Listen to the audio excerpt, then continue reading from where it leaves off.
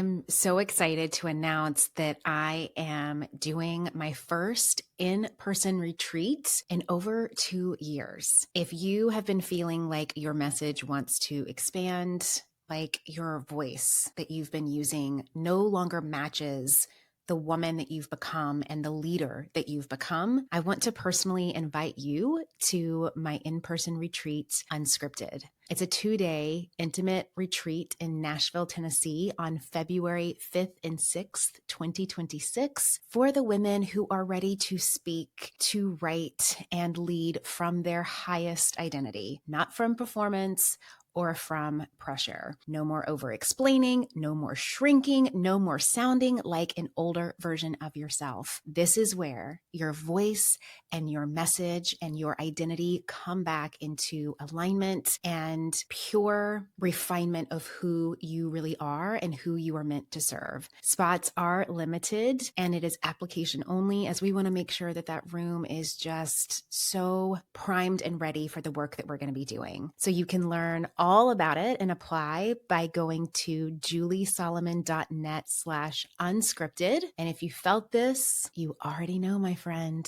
I can't wait to meet you and see you in that room with me and these incredible other women. Again, that's juliesolomon.net/unscripted.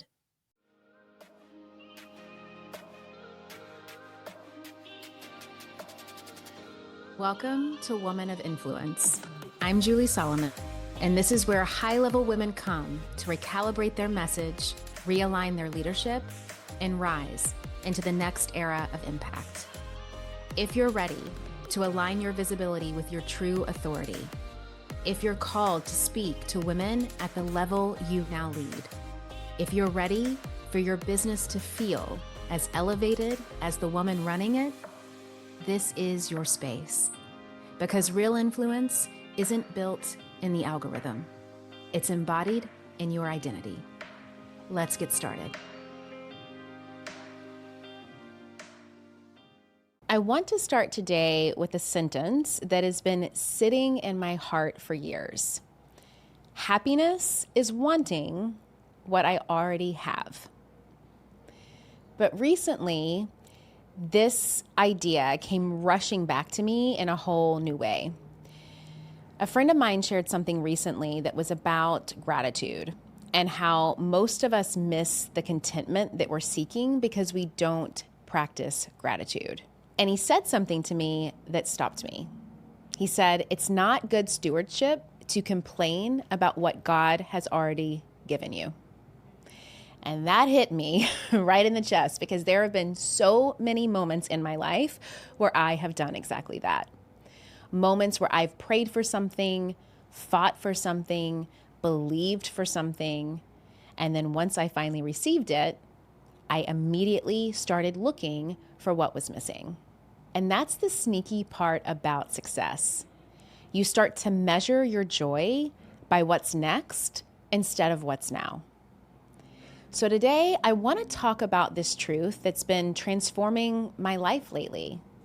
That happiness isn't something that we chase, it's something we notice.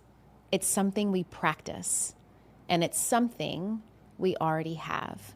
When I heard that line, it's not good stewardship to complain about what God's given you, I immediately thought about all the things in my life that were once prayer requests.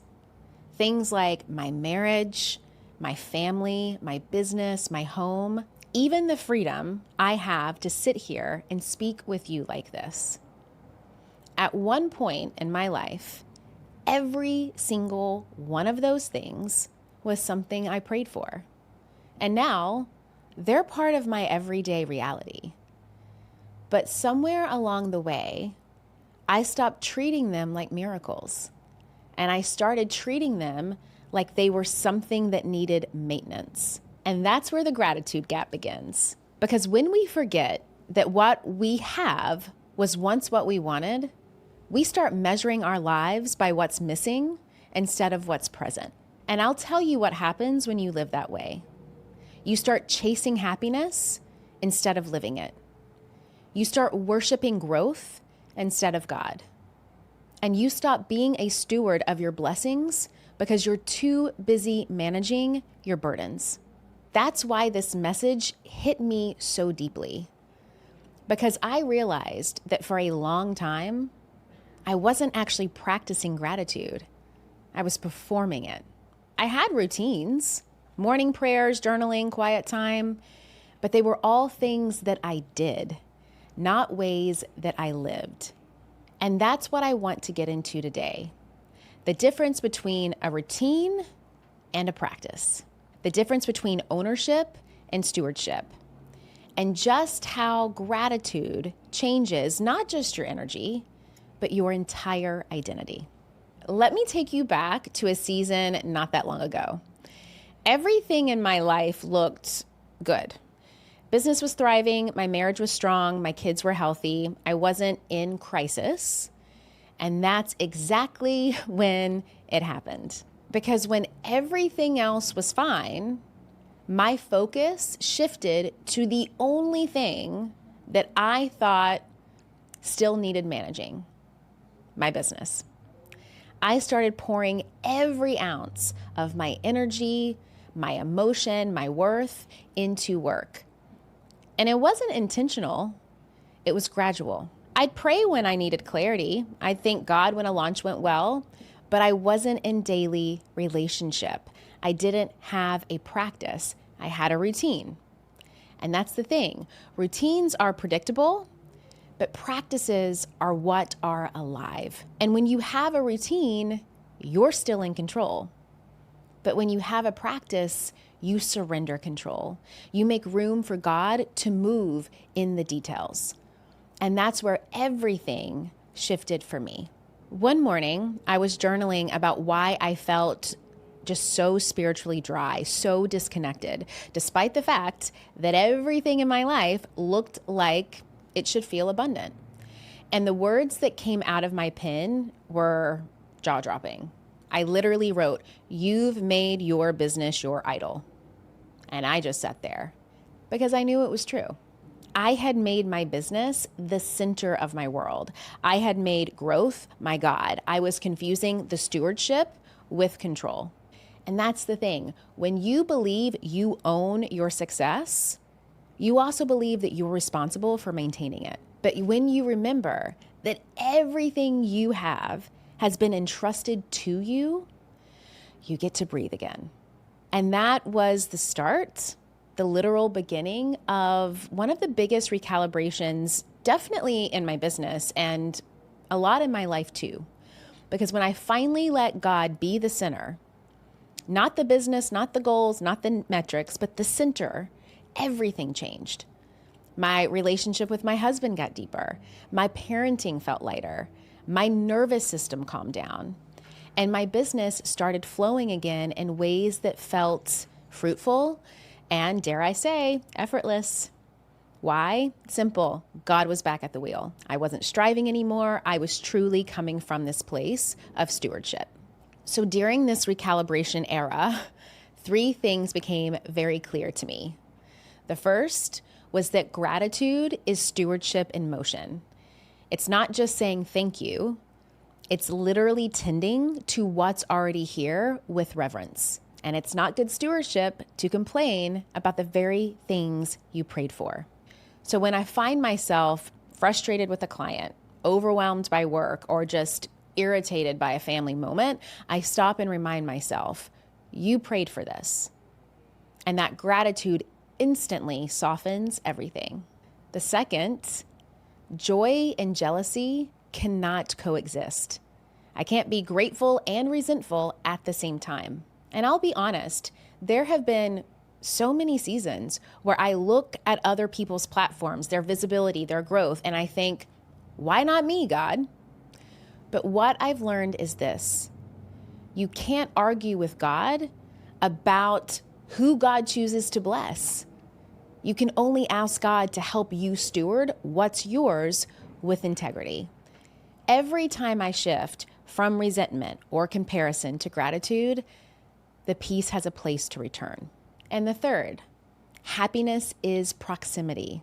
It is not a place you arrive at. It's a presence you live in. And that presence is built through practice. proximity with God, communion with yourself, devotion to what's already been given to you. That is what healed my obsession with control. Because I realized that every time I tried to fix, manage, or plan my way into peace, I was actually moving further away from it. The thing is, peace was already here. I just wasn't present enough to see it. And here's the thing that I've noticed most in my own life. There are 3 things that will steal your gratitude faster than anything else: money, property, and prestige. When you put yourself in the driver's seat of those 3, when you start idolizing your money, your property, or your prestige, things start to get shaky. Because that's when you start thinking you're the source of it all instead of the steward. And I'll give you a tangible example. 5 years ago, we bought this fixer-upper house. We knew it would take time and multiple renovations. But the 2019 Julie that walked into that project is not the same 2025 Julie walking through a renovation project now. Back then, I threw money at everything: designers, contractors, details that didn't matter. I let other people tell me what to do, what was in, what would impress people. I wasted thousands of dollars on nonsense, door hinges, drawer pulls, whatever the trend was, because deep down, it wasn't about the house. It was about proving something. If I could show off this perfect property online, then maybe it would mean I'd finally made it. That was ego disguised as design. It wasn't stewardship, it was self-protection. And looking back, I realized it came from survival. I didn't grow up with much. My mom and dad married as teenagers. My dad came from poverty. He was a blue-collar, working person doing whatever he could to make ends meet. My mom came from a small town, working-class family. So when you grow up with that story, it's hard to be willing to surrender control. It's hard to trust that if you loosen the grip, the blessings won't slip away. It's hard to be willing when you've confused net worth with self-worth. It's hard to be willing when you're still trying to impress a bunch of people on the internet that you don't even know. That first renovation was me saying, God, I've got this. I don't need your help. And let me tell you, that is the quickest way for God to humble you.